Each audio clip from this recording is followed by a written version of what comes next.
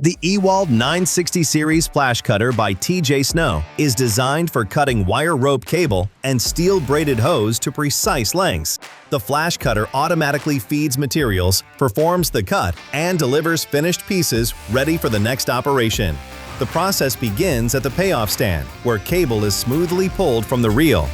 The machine feeds cable at controlled speeds to ensure steady, uninterrupted production.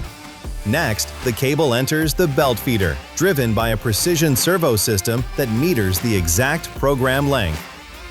At the cutting head, a controlled electrical current melts a small section of the cable, creating a clean flash cut while fusing the strands at both ends. This process prevents fraying and produces a durable, finished cable.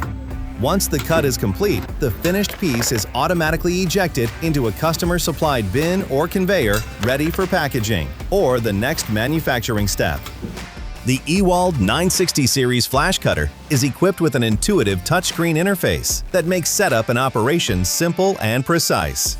From the main menu, you can quickly program the batch counter, allowing the machine to automatically stop after a predetermined number of cuts. This feature ensures accurate production runs and helps maintain consistent order quantities without constant operator monitoring.